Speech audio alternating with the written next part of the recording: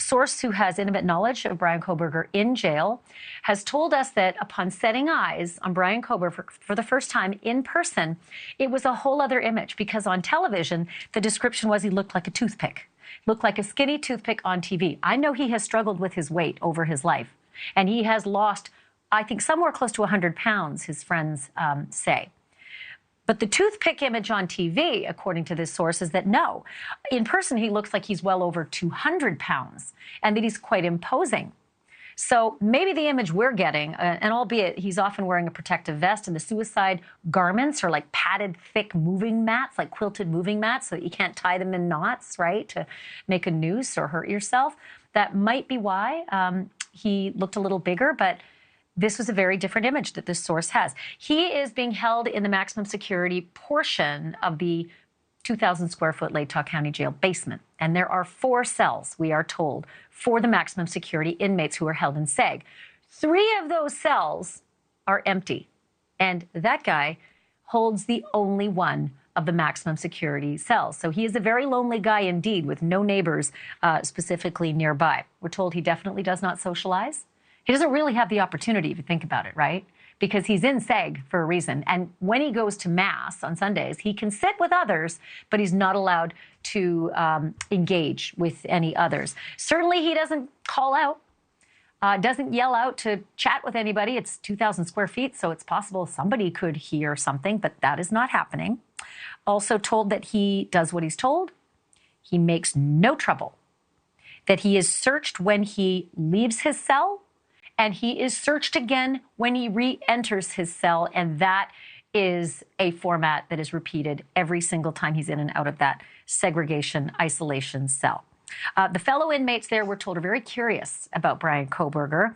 They are also relieved, we are told, that he keeps his head down and that he hasn't made any trouble for anyone. This is straight from the source who has direct knowledge of Bryan Kohberger in the jail. One of the references is that he's very polite, and that, here's a quote, he does not seem like a psychopath. Direct quote, he does not seem like a psychopath. I want to bring in Larry Levine.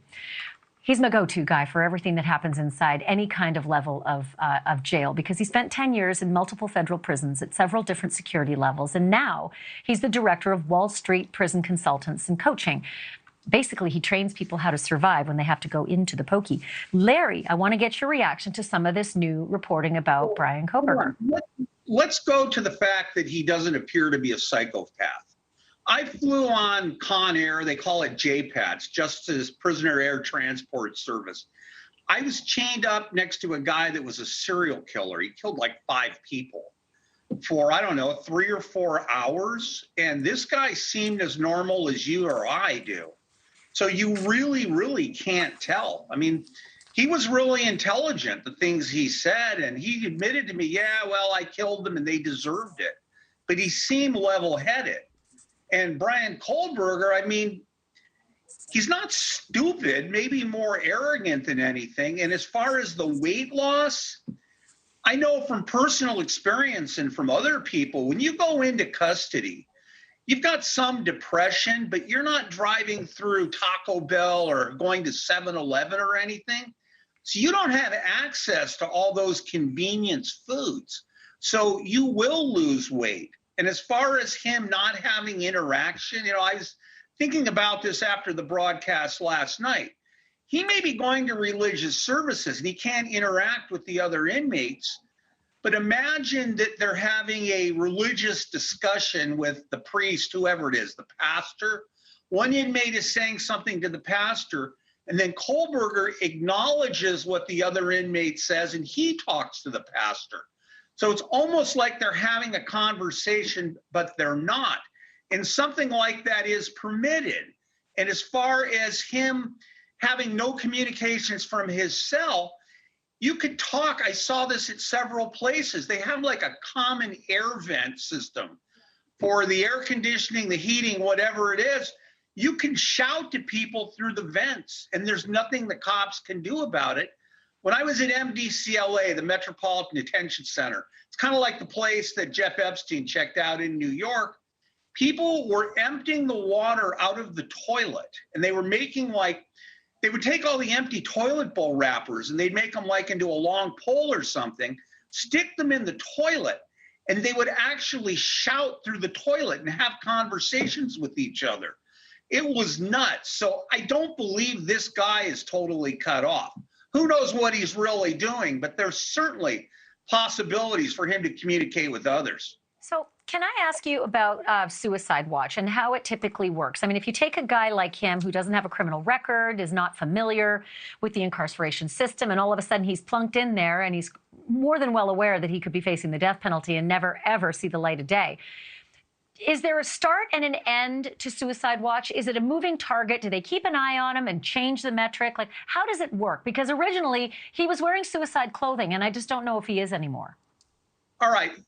I'm speaking on what I have seen, not what's going on that jail. But generally, they put you into a room. They've got a camera on you 24/7. They've got your light on in your cell 24/7. So it's hard to go to sleep. And in some of these places, they have like a plexiglass window, and they actually have inmates that are watching the detainee.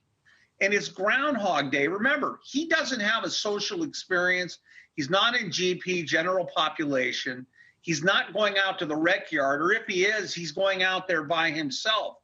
So it's not even really solitary confinement. It's more of administrative ADSEG, administrative detention. But it's Groundhog Day because other than meeting maybe with his lawyer, a religious leader or something, one day is like the last day. So he's living a life of boredom.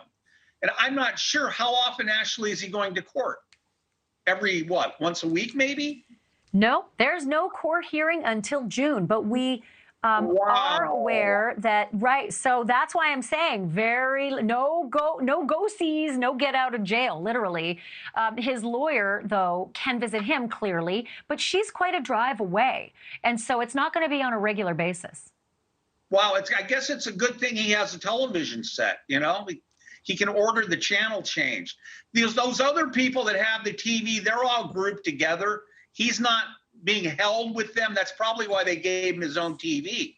But, you know, the other 3 cells they have in the ADSEG, a lot of times they hold inmates from other counties in AGSEG they want to separate, or they've got inmates from the state prison system that are going to court, and they can't mix them in with the jail population. So a lot of times that's what they're used for.